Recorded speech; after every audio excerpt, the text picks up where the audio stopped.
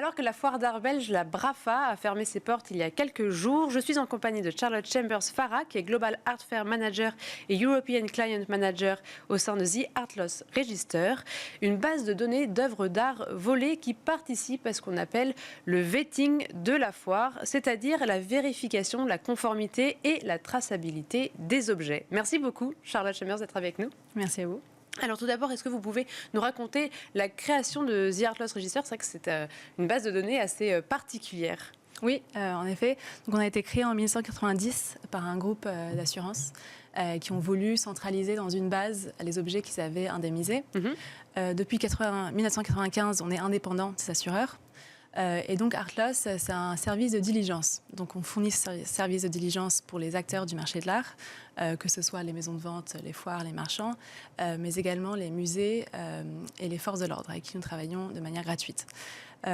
Nos données sont donc des œuvres qui sont volées, spoliées, pillées, mais pas tous les enregistrements sont négatifs. Donc on a aussi des enregistrements positifs, disons.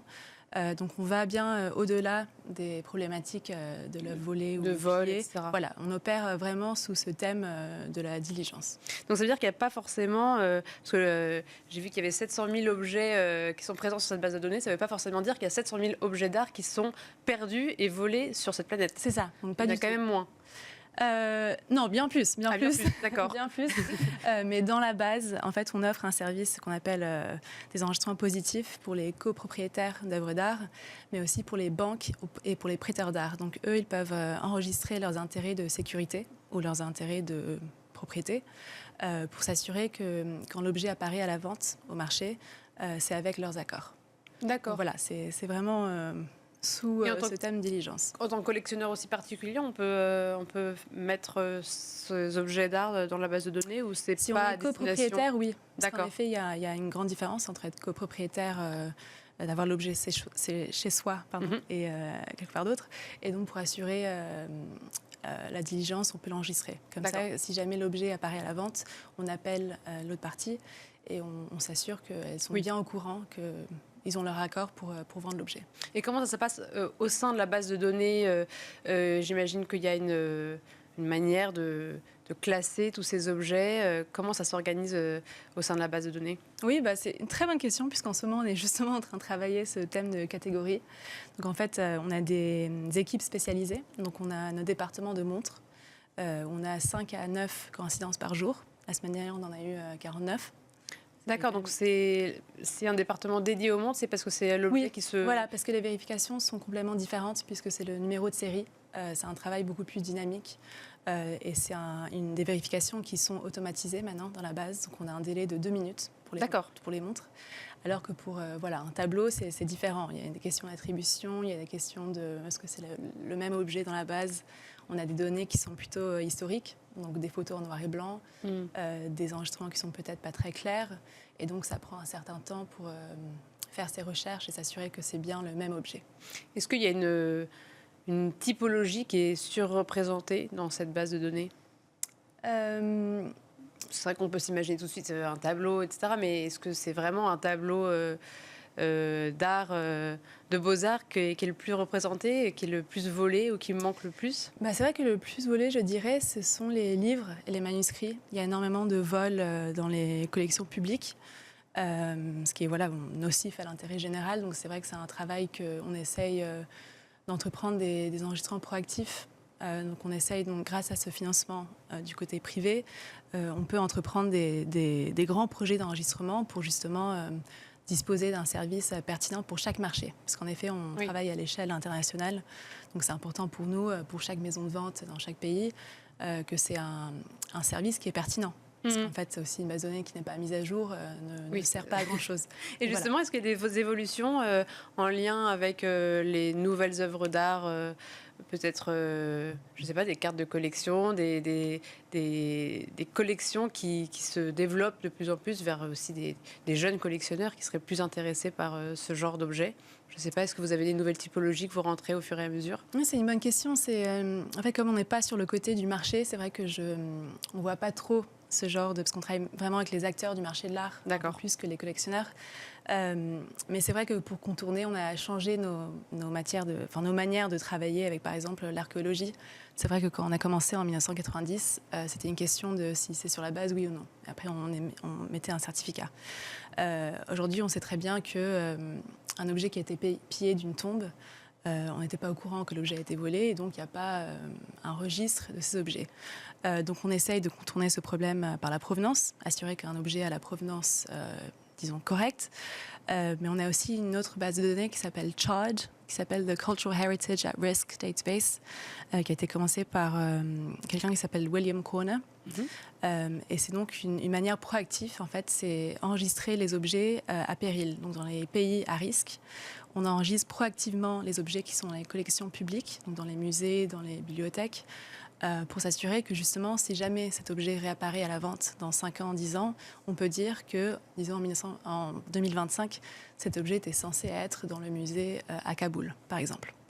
Et donc, on a eu plusieurs coïncidences, en effet, avec cette méthodologie. Donc, c'est une manière pour nous d'anticiper les problèmes. Et justement, j'imagine aussi tout un pan de votre travail destiné aux œuvres d'art spoliées. Ça a dû aussi être une nouveauté dans votre travail depuis 5-10 années. Oui, bah, c'est une grande partie de notre travail. Donc on a une équipe dédiée pour les œuvres spoliées, donc pendant la période 33-45. Voilà, il y a des informations qui viennent tous les jours à la lumière. Et c'est vrai qu'un objet qu'on a peut-être émis un certificat il y a 5 ans, c'est vrai qu'aujourd'hui, notre positionnement aurait pu changer. Est-ce que vous avez l'impression que de plus en plus... en tout cas, que les personnes sont de plus en plus intéressées par ces questions, se tournent de plus en plus vers vous. Est-ce que vous voyez un changement, une évolution de l'intérêt vers toute cette traçabilité, etc., depuis je ne sais pas combien de temps? Carrément, et je le constate justement dans les foires. On voit qu'il y a 5 ans, 10 ans, sur les accompagnements, disons les blobs, je ne sais plus quel est le mot en français, qui est juste à côté des tableaux. Les cartels ? Les cartels, voilà. On voit qu'il y a 5 ans, 10 ans, il n'y avait pas de mention d'une restitution, alors qu'aujourd'hui, on voit ça qui est très clairement expliqué. Et je pense que ça intéresse les collectionneurs de plus en plus de savoir l'histoire de l'objet. Et donc justement, on a parlé de vetting dans le sommaire de cette interview. Donc, le vetting, c'est un mot anglais. Très niche, en effet. Pour parler de cette commission qui est réalisée pour vraiment assurer la traçabilité de chaque objet dans une foire. Et vous participez notamment à cette commission au sein de la BRAFA. Est-ce que vous pouvez nous expliquer comment ça se passe, cette commission ? Oui, bien sûr. Donc peut-être expliquer le vetting. Donc le vetting, c'est la période juste avant l'ouverture d'une foire. C'est 1 à 2 jours où les experts et quelquefois les forces de l'ordre et donc Artlos sont invités pour analyser la qualité, l'authenticité et donc le titre de propriété. Et c'est là que Artlos intervient. Donc nous, on commence nos vérifications en amont, donc entre 6 et 4 semaines avant l'ouverture de la foire. Les marchands nous envoient leur liste. Ça nous donne le temps de confronter ces objets à la base de données et de résoudre un problème qui aurait pu surgir. Donc que ce soit un problème de provenance pour l'archéologie, chaque foire a des directives de vetting. Donc on respecte ces directives quand on fait nos vérifications. Et donc voilà, donc commencer en avance, ça nous permet de résoudre un problème qui aurait pu se passer, mais aussi enlever l'objet de la foire. Donc voilà, sauver aux marchands le coût de le transport pour une pièce qui ne peut pas être exposée. Et donc, c'est de manière que la foire entreprend sa diligence pour elle-même au nom de ses marchands. Parce que vous dites qu'il y a des directives de la foire, ça veut dire que, par exemple, la BRAFA, qu'est-ce que c'est Donc, il y a des directives de vetting. Donc, chaque foire a un document, disons, qui ont des conditions assez... plus ou moins strictes. Plus ou moins strict, ça, c'est vraiment foire par foire. Donc, par exemple, Frieze Masters en Angleterre ont une directive de date de provenance 1970, qui correspond à la date d'UNESCO pour les pièces d'archéo. D'accord, donc ça veut dire qu'avant 1970, on ne va pas forcément aller chercher toute la traçabilité, mais à partir de 70, on va considérer que... Voilà, donc Frieze Masters exige qu'une pièce, on la provenance avant l'année 1970, d'accord, qui est quand même assez stricte. Les autres foires ont des exigences qui diffèrent.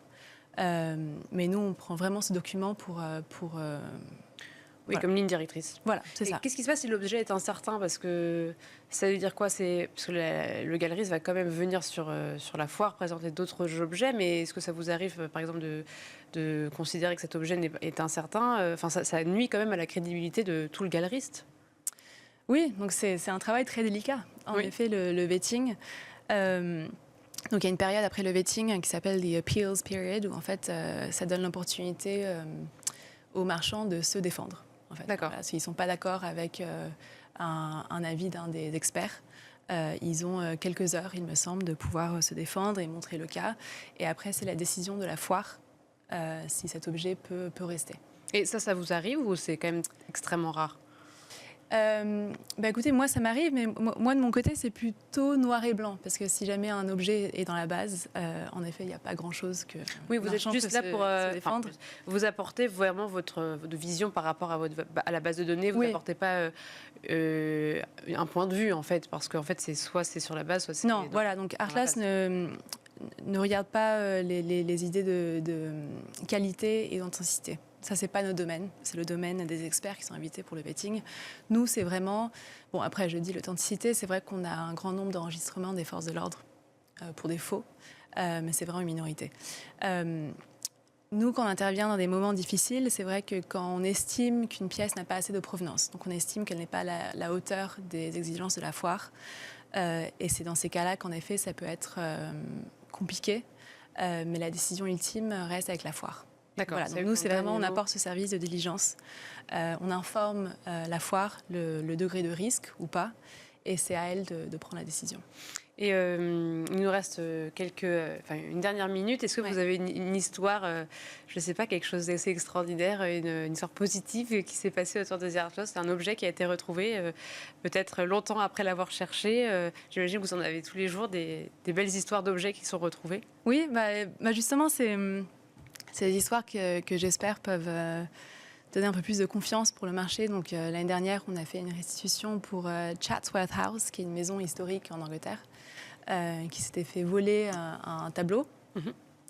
Et on l'a retrouvé donc l'année dernière sur le marché, 55 ans après la perte. Donc voilà, on espère que ce type d'histoire peut justement inciter les personnes à vérifier ces objets, mais également signaler leur perte. Parce que, voilà. S'il n'y a pas de signalement, en tout cas, on ne peut pas le retrouver. Enfin, c'est plus difficile. C'est ça. Donc, appelez-moi. Formidable. Merci beaucoup, Charlotte Chambers-Farah. Je rappelle que vous êtes Global Art Fair Manager et European Clients Manager au sein de The Art Loss Register. Et c'était Art et Marché. Merci beaucoup de nous avoir suivis. À la semaine prochaine.